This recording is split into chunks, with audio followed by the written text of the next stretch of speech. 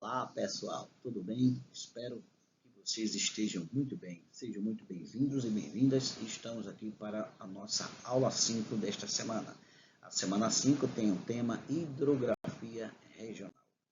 Então, a hidrografia brasileira, ela é uma das mais ricas do mundo e abriga importantes bacias hidrográficas, como a Amazônica, a do São Francisco, do Paraná, do Tocantins, Araguaia, entre outras bacias.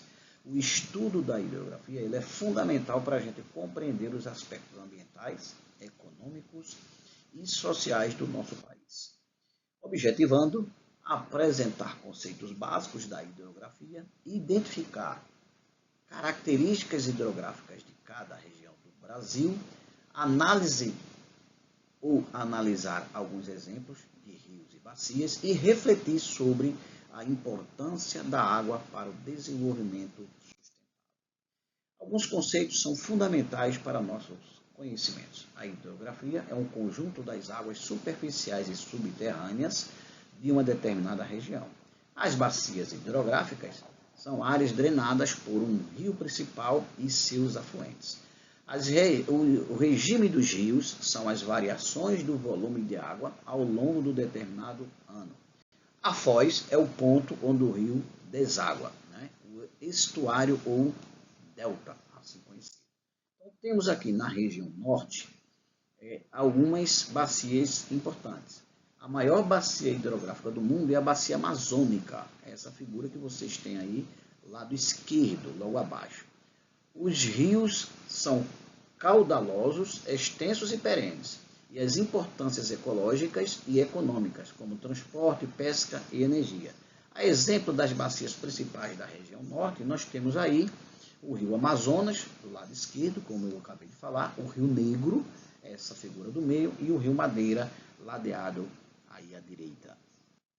Na região nordeste, nós temos rios intermitentes devido ao clima ser semiárido. Então, temos aquelas ocorrências de rios que, em um dado momento, ele tem fluxo de água e em outro momento, não. E a gente tem como destaque o rio São Francisco, a principal bacia, não é, hidrográfica do Nordeste. Então, é um rio perene e ele é considerado o rio da integração nacional. E ele tem bastante importância na sociedade. Por exemplo, pelo abastecimento, a irrigação, hidroelétricas, né, e a cultura da região.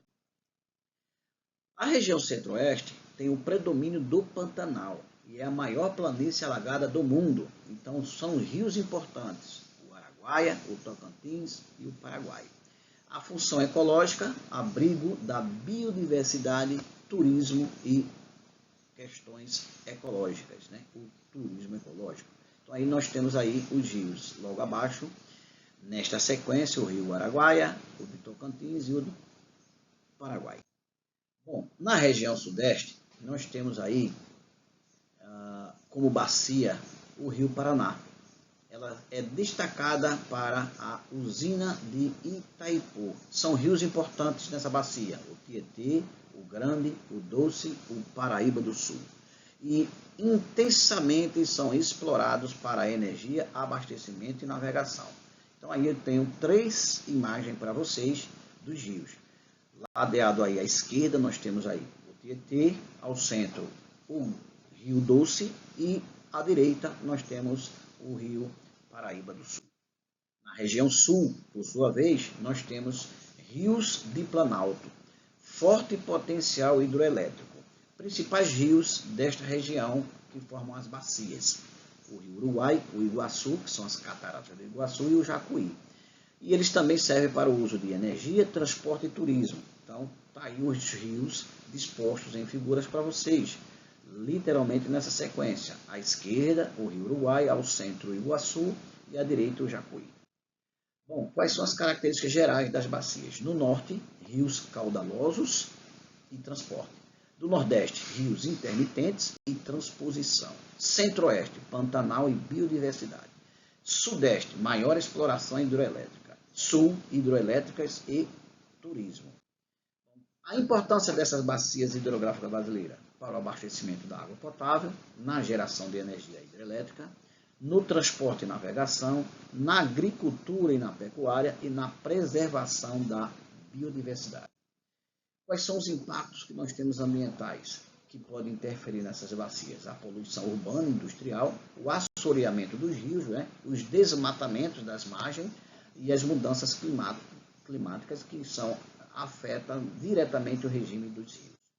Bom, em estudos de caso, nós temos aí os estudos do Rio São Francisco, que é chamado de Rio da Integração Nacional, e ele tem uma importância cultural enorme e econômica para a região e para o país, E existem diversos projetos de transposição que vão e que tendem, ou melhor, objetivam benefícios, mas também geram bastante críticas nesse processo. Também os estudos de caso, a bacia do Amazonas, que é a maior biodiversidade aquática do mundo, e o uso para transporte fluvial, e quais são os desafios, combater a mineração desenfreada, Temos também a questão das hidrelétricas, precisamos pensar nisso também, e sobre a questão do desmatamento, que é uma coisa que as políticas públicas, os governos ficam muito preocupados e desenvolvem muitas ações que a gente tem a possibilidade de visualizar isso, de vivenciar e de conhecer através das mídias. Bom, sugestões de estudos é mapear as principais bacias hidrográficas do Brasil, pesquisar os impactos da poluição em rios urbanos, analisar como as mudanças climáticas afetam o regime dos rios, estudar o papel das hidroelétricas no desenvolvimento econômico, e como atividade de campo, o professor pode sugerir para vocês, como proposta, é vocês montarem um mapa temático, destacando os principais rios de cada região do Brasil e com suas funções socioeconômicas. Isso aí é uma atribuição que vocês podem fazer de forma reflexiva, debatendo entre grupos e estudando. Ok? Como reflexão, a pergunta norteadora seria: de que maneira a água e os rios estão presentes no seu cotidiano? Relacione com o consumo, a energia, o lazer e a cultura. Concluindo, a hidrografia brasileira ela é diversa e estratégica, e o uso sustentável dos rios é essencial para as futuras gerações, que não esqueçamos dessa questão.